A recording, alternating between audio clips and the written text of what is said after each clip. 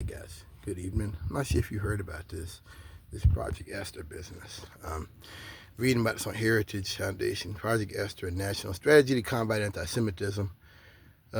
This is what they're calling brilliant anti-Israel, anti-Zionist, anti-American, pro-Palestinian movement, part of a global Hamas support network that's trying to compel the U.S. government to abandon its long-standing support for Israel. Supported by activists and funders dedicated to the destruction of capitalism and democracy. HSN benefits from the support and training of America's overseas enemies, seeks to achieve its goals by taking advantage of open society, a corrupt educational system. I don't believe America's open society. I don't believe that. Co-opting the federal government and relying on the American Jewish community's complacency. This is a national task force. I want to start by saying that this is the game of the right. That they have to create an enemy. They have to create something they fear. They have to create some type of a thing. I go back to that Supreme Court case of the, it was talking about, it was a cake, a lady makes cakes, and she was like, what if these gay men wanted to buy a cake, a wedding cake, and that she religiously doesn't do gay marriage? Well, it was fake. She made it up. She was saying, what if?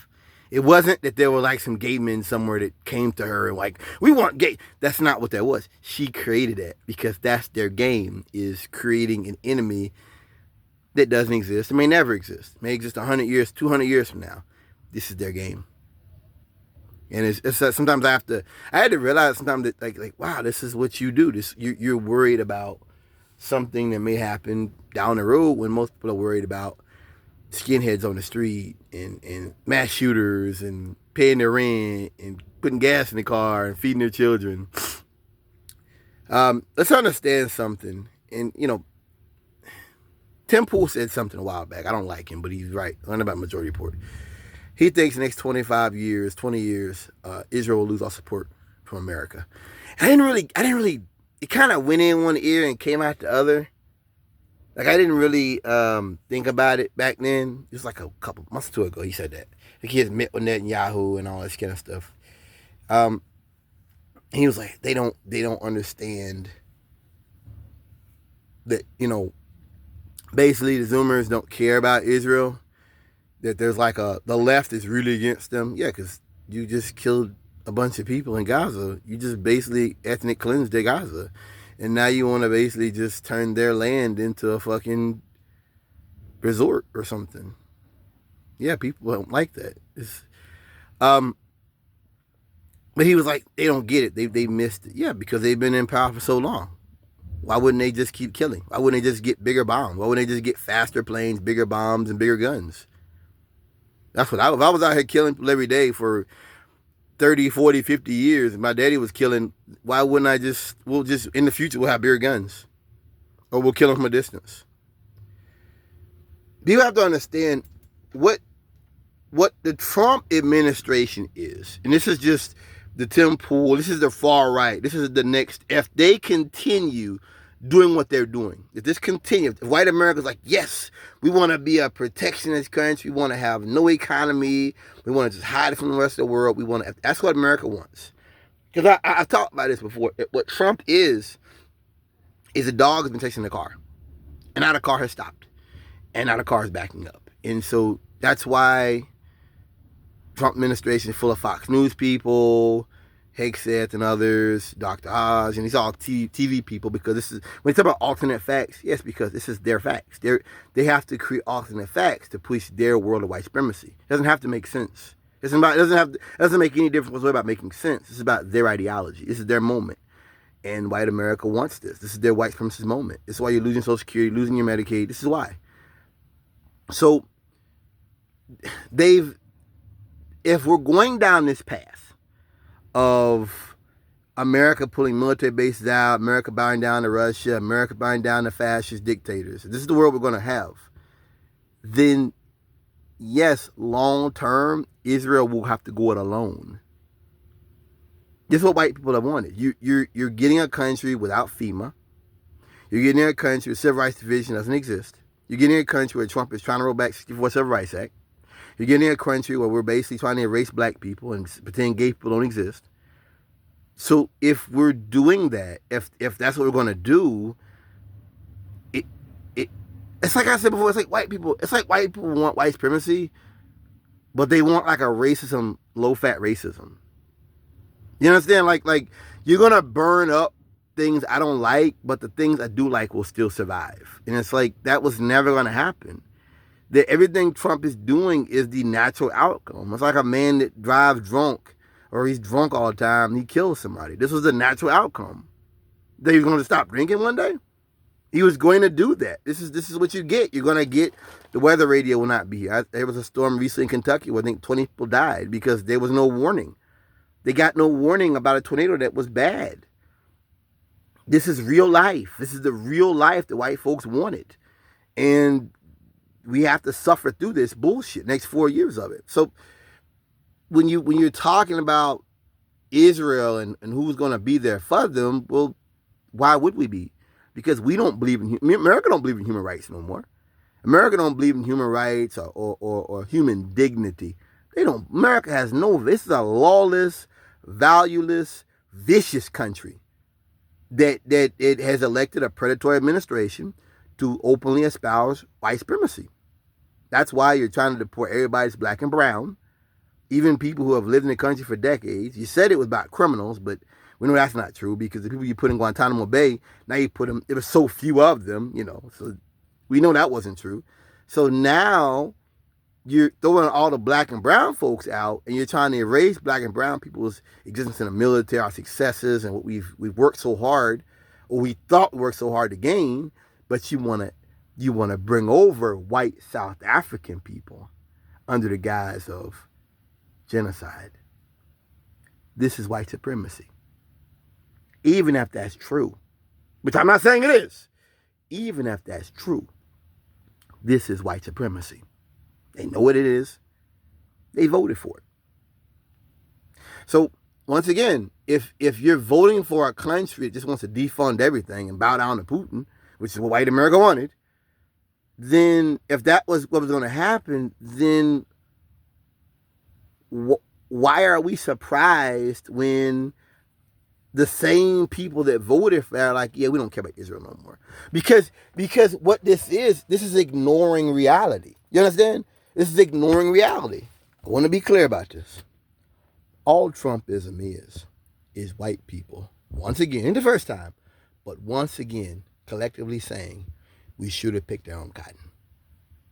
So black people, brown people, and all the folks that, keep the trucks going and keep everything right, they're all erased. And their existence, their successes, their accomplishments are all erased. That's what this is. This is what white folks wanted. They don't care about the, like I said, these states, who's gonna pick the cherry? Who's gonna pick the oranges? I've been to some of these farms in California. Who's gonna go out here in 102 degrees and get up on that roof? The white boys? Who's gonna pick the damn blueberries? Who's gonna do this? So this is about, if you believe it, this is like the Eli Cotton machine, the gin. This is about, you can put it however you want. This is about going to AI. This is about, that's what this is. You can push it as this racist stuff of like, they're all criminals and terrorists and rapists and they want to eat. You can say that about Hispanics. That's fine, whatever. But what this is really about is pushing people out of the economy. That's what it is. So once again, this is the natural outcome of that. I feel nothing for you. I feel nothing for those people because they had a hand in it. So this Project Ester business seems to be like a response to that. It just gets me because so much of Trumpism is they're at war with reality. They're at war with my reality. They're not at war with facts. Like Hegseth is DEI. Like, you can't tell me Obama could have had a guy using Signal app during a military attack and white folks would have sat down. You can't tell me that. You can't tell me white folks would have let Obama let George Soros go in there and plug computers. I don't believe it. You can't tell me Obama could have had speechwriters and advisors up there talking, falling over drunk. And white folks wouldn't have been like, oh, okay, well, man, he's had a bit. I don't believe it. I don't believe it. This is a racist country. This is a racist country, and these are this is the law of unintended consequences. Like, like you watch sci-fi where they'll do one little thing and ends up blowing the world up or something. You do one little thing and it starts a major earthquake, or what do they call that? The butterfly thing, where like if a butterfly flies its wings in one place across the world, there'll be an earthquake. This is what this is. I feel nothing for the Jews. And they're not the only group that's like this. This is just one of the greatest because they're in the Middle East. That's why people don't like them. Whatever. No, I'm not getting into that. But this is just a sign of the times, like the old folks say. Sign of the times that you have said, we white people don't feel like we need anybody. You watch the vice president say, what did he say? That the British haven't fought since World War II? The British fought in Afghanistan and Iraq. This is how dumb white people are. This is how dumb these crackers out here really are. They spilled their blood for America. And these white folks don't even remember that. You talk about NATO and the wasting money. The only time in history anybody declared an Article 5 was America after 9/11. This is how dumb white people are. This is how dumb you crackers are. America declared it and the world came running to help America. And now, 24 years later, you crackers, well, they didn't do any good. Like this is a vicious, racist system. I don't just mean it on black people. I mean that as a fact that what Trumpism is racism. Weaponized racism. Pure and simple. And they finally got the chance and the ability and the avenue and the vehicle to forward their racism. I do feel that they had a hand in this. It's like a man not taking care of his vehicle and then he gets stranded somewhere. Like I do feel that you had a hand in this outcome, and now you want to make it about Hamas and people who are against capitalism, and that it won't go anywhere either. I don't think anyone believes that. That will only go so far. But this is a sign of hopefully we don't continue on this path. Hopefully Trumpism is like, people are like, yeah, we like Medicare. We don't want to lose our Social Security. Hopefully white folks are like, yeah, we don't like this. But I don't know. This is a sign of the times, and this is unforeseen circumstances that when you wreck the system and you break all the laws and you just fire everybody who's in the government, these are the things that happen. It's like Russia. They talk about, I follow that guy talking about how Russia, they got big holes in the roads because everybody that works on the roads and works on their system, the civil engineers, have been sent to the war. So there's no one maintain. I'm not talking about Moscow. I'm not talking about saying, I'm talking about the other towns, not the big cities. But the other ones, they don't have resources. So you have these little things that become big things because there's no one to help.